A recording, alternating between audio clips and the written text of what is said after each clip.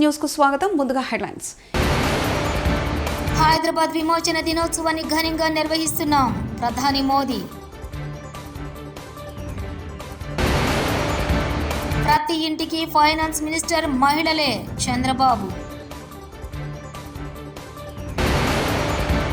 Future city అంటూ డ్రామాలు. CM Revanth పై KTR fire. Aarogyasri సేవలను యథాతథంగా కొనసాగించాలి. దామోదర రాజనరసింహ. వికసిత్ భారత్కు మహిళలు, యువత, పేదలు, రైతులు 4 స్తంభాలని ప్రధాని నరేంద్ర మోదీ అభివర్ణించారు. 140 కోట్ల మంది భారతీయులతో వికసిత్ భారత్ కోసం సంకల్పం చేశామన్నారు. బుధవారం మధ్యప్రదేశ్లోని ధార్లో ఏర్పాటు చేసిన బహిరంగ సభలో ప్రధాని స్వస్థ్ నారీ స్వశక్తి పరివార్ అభియాన్ కార్యక్రమాన్ని ప్రారంభించారు. ఈ కార్యక్రమాన్ని తల్లులు, సోదరీమణులకు అంకితం చేసినట్లు ప్రకటించారు.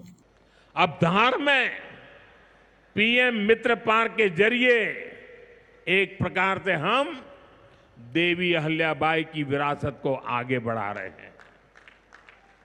पीएम मित्र पार्क में बुनाई के लिए जरूरी सामान जैसे कपास और रेशम आसानी से उपलब्ध होगा. क्वालिटी चेक आसान होगी. मार्केट तक पहुंच बढ़ेगी. यहां पर स्पिनिंग होगी, यहां डिजाइनिंग होगी, यहीं प्रोसेसिंग होगी और यहीं से निर्यात होगा. यानी दुनिया के बाजार में मेरा धार भी चमकने वाला है. यानी अब कपड़ा उद्योग की पूरी वैल्यू चेन एक ही जगह पर उपलब्ध होगी.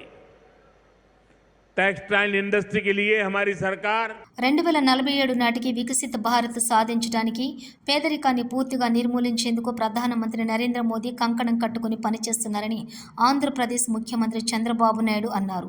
స్వస్థ్ నారీ స్వశక్తి పరివార్ అభియాన్ కార్యక్రమంలో సీఎం మాట్లాడుతూ ఆడబిడ్డల ఆరోగ్యం ఏ విధంగా కాపాడాలనే ఉద్దేశంతోనే ఈ కార్యక్రమాన్ని నిర్వహించినట్లు తెలిపారు.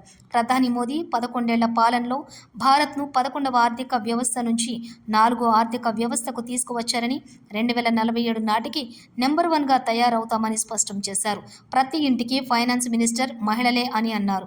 దేశం అభివృద్ధి చెందాలంటే స్వదేశీ ఉత్పత్తులను ప్రోత్సహించాలని పిలుపునిచ్చారు. మనం అందరం కూడా అభినందిద్దాం. గట్టిగా చప్పట్లు కొట్టి హ్యాపీ బర్త్డే చెప్పాల్సి కోరుతున్నా. ఇది మనందరి బాధ్యత. ఎందుకు నేను ఈ మాట వాడుతున్నానంటే, ఒక ఇంటికి సరైన నాయకుడు ఉంటే ఇల్లు బాగుపడుతుంది.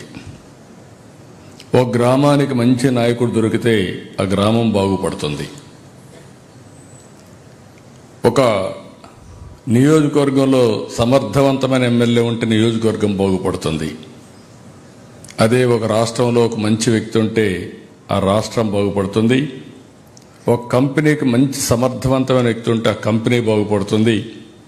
అందుకే నేను ఎప్పుడు చెప్పాను, సరైన సమయంలో సరైన ప్లేస్లో సరైన నాయకుడు నరేంద్ర మోడీ గారు అని చెప్పి నేను చాలా స్పష్టంగా చెప్పాను. ఈరోజు మనం అందరం చూస్తున్నాం 11 సంవత్సరాలు.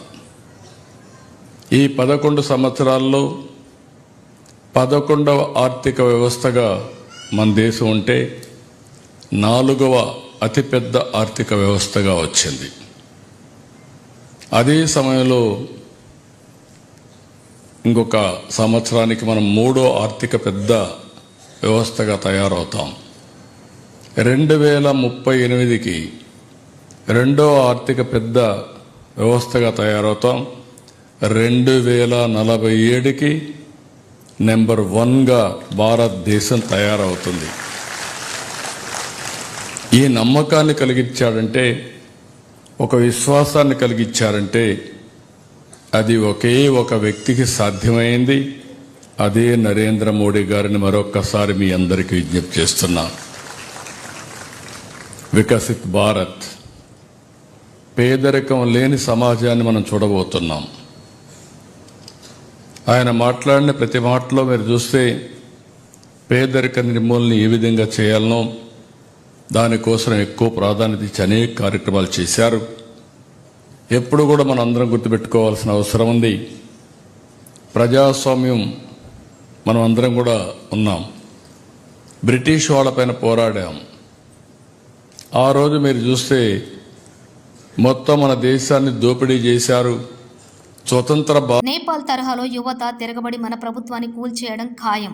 మరోసారి కాంగ్రెస్ ప్రభుత్వాన్ని హెచ్చరించిన సొంత పార్టీ ఎమ్మెల్యే కోమటిరెడ్డి రాజగోపాల్ రెడ్డి. నిరుద్యోగులతో పెట్టుకున్న ప్రభుత్వం మనుగడ సాధించలేదు. నిరుద్యోగులను గాలికి వదిలేయొద్దు, వారికి దారి చూపించాల్సిన బాధ్యత ఈ ప్రభుత్వంపై ఉంది. కాంగ్రెస్ ఎమ్మెల్యే కోమటిరెడ్డి రాజగోపాల్ రెడ్డి. న్యాయం జరుగుతుందని భావించింది. కాంగ్రెస్ ప్రభుత్వం వచ్చిన తర్వాత అనుకున్న స్థాయిలో 2 లక్షల ఉద్యోగాలు ఇవ్వకపోయినా సరే 50,000 ఉద్యోగాలు ఇచ్చింది. కానీ ఈరోజు మిగతా దాదాపు 30 లక్షల మంది నిరుద్యోగ యువత ఈ తెలంగాణ రాష్ట్రంలో మిగతా 150,000 కూడా ఉద్యోగాలు కూడా భర్తీ చేయాలని డిమాండ్ చేస్తున్నారు. కాబట్టి నేను అందరికీ కూడా చెప్తున్నా, ఈరోజు నిరుద్యోగ యువకులకు మీరు ప్రత్యేకంగా నన్ను ఆహ్వానించడం వల్ల ఈరోజు మీకు ఒక అండగా ఉంటందుకు, ఒక శాసనసభ్యునిగా కాంగ్రెస్ పార్టీ ఎమ్మెల్యేగా కూడా మీకు హామీ ఇస్తందుకు మీరు అధైర్యపడొద్దు. మీకోసం, మీరు కన్న కలల కోసం, మీ ఆకాంక్షల కోసం యువత తెలంగాణలోని ప్రైవేట్ ఆసుపత్రుల్లో ఆరోగ్యశ్రీ సేవలను యథాతథంగా కొనసాగించాలని ఆరోగ్యశ్రీ నెట్వర్క్ హాస్పిటల్స్ అసోసియేషన్ను తెలంగాణ వైద్యారోగ్య శాఖ మంత్రి దామోదర రాజనరసింహ కోరారు. గత 9.5 ఏళ్లలో చేయని సమ్మె ఇప్పుడు ఎందుకు చేయాల్సి వస్తోందని ప్రశ్నించారు. గత ప్రభుత్వంలో నెలకు 50 కోట్లు కూడా రిలీజ్ అవ్వలేదు. మేం 100 కోట్లు ఇచ్చేందుకు అంగీకారం తెలిపాం. ఆరోగ్యశ్రీ సేవలు అందుబాటులో లేకపోవడంతో మేం ప్రత్యామ్నాయ ఏర్పాట్లు చేసుకుంటున్నాం. ప్రజలకు ఆరోగ్య సేవలో ఎలాంటి అంతరాయం కలగదు అని దామోదర రాజనరసింహ తెలిపారు. అని కూడా చెప్పాము. మొన్ననే 100 కోట్లు రిలీజ్ చేశాం. మండే నాడే రిలీజ్ చేశాము. మేమేమంటాము అంటే మా కమిట్మెంట్ మాకున్నది. మీరే కానీ మేమే కానీ అందరం కలిసి ఈ వైద్య సేవలు ప్రజలకు అందించాలనే బాధ్యత ఉన్నది. మా ప్రభుత్వం వచ్చిన తర్వాత సుమారు రివైజ్ రేట్స్, ప్రొసీజర్స్కు రేట్స్ రివైజ్ చేశాము, ప్యాకేజీలు రివైజ్ చేశాము. కొత్తగా 163 కొత్త ప్రొసీజర్ని ఇంక్లూడ్ చేశాము. సుమారు 487 కోట్ల రూపాయల భారం పెరిగింది ఈ రేట్ల వల్ల. 1385 ప్రొసీజర్స్ ఉన్నాయి ఈరోజు. మా అపీల్ ఏంటి అంటే, we are part of the society with responsibility. We are serving the people. గవర్నమెంటే కానీ ప్రైవేటే కానీ మీరందరూ కూడా మీ గత 2014 నుంచి తీసుకోండి, రికార్డు తీసుకోండి, మీరు గవర్నమెంట్ రికార్డు తీసుకోండి. 2023 డిసెంబర్ తర్వాత తీసుకోండి. ప్రొసీజర్సే కానీ, రేట్సే కానీ, రివిజనే కానీ, పేమెంట్సే కానీ మళ్ళీ చెప్పాము మీకు ప్రతి నెల ఒక అట్లీస్ట్ 8 నెలలు 10 నెలలు మేము 100 కోట్లు ఇస్తామని చెప్పేసి ఆ కమిట్మెంట్ తోటి 100 కోట్లు ఆల్రెడీ రిలీజ్ చేశాము. మళ్ళీ అప్పీల్ చేస్తున్నాము, ఇది సమ్మె మంచిది కాదు. తెలంగాణ సమాజానికి మనం బాధ్యతతో సేవలు అందించాలి. అంత మీరు సమ్మె విరమించుకోండి. ఇప్పుడు ఇతని ఇష్యూ ఉంటే మనం మాట్లాడుకుందాం, కానీ ఇది మంచి అలవాటు కాదు. మళ్ళీ ఈ 140 కోట్లు 100 కోట్లు గత 9.5 సంవత్సరాలు ఎందుకు అడగలేదు? దీనికి ఇదే జవాబు నాది. ముఖ్యమంత్రి రేవంత్ రెడ్డి నియంతలా వ్యవహరిస్తున్నారని బీఆర్ఎస్ వర్కింగ్ ప్రెసిడెంట్ కేటీఆర్ విమర్శలు గుప్పించారు. ఈరోజు మీడియాతో నిర్వహించిన చిట్ చాట్లో కేటీఆర్ మాట్లాడుతూ సుందరయ్య విజ్ఞాన వేదికలో విద్యార్థులు రౌండ్ టేబుల్ పెట్టుకుంటే అరెస్ట్ చేశారని మండిపడ్డారు. సర్కార్ నడపడం లేదు, సర్కార్ నడుపుతున్నారని వ్యాఖ్యలు చేశారు. మంత్రులు ఒక మాట, ముఖ్యమంత్రి మరొక మాట అంటూ ఎద్దేవా చేశారు. సృజన్ రెడ్డికి సింగరేణిలో 300 కోట్ల టెండర్లు ఇచ్చారని, గుత్తా అమిత్ రెడ్డికి కాంట్రాక్టర్లు ఇచ్చారని ఆరోపించారు. ఫీజు రియంబర్స్మెంట్, ఆరోగ్యశ్రీకి డబ్బులు ఉండవని విమర్శించారు. ప్రజాస్వామ్యంలో ఎవరైనా కొత్త పార్టీ పెట్టుకోవచ్చునన్నారు. కేసీఆర్ చేసిన పనులను చెప్పలేకపోయాం కాబట్టే ఓడిపోయామని వెల్లడించారు. ఈ సందర్భంగా భారత రాష్ట్ర సమితి తరపున మా పెద్దలు, మా నాయకులు, తెలంగాణ తొలి ముఖ్యమంత్రి కేసీఆర్ గారి తరపున, ప్రతి గులాబీ సైనికుడి తరపున వారి అమరత్వానికి శిరస్సు వంచి వినమ్రంగా నివాళి అర్పిస్తున్నాం.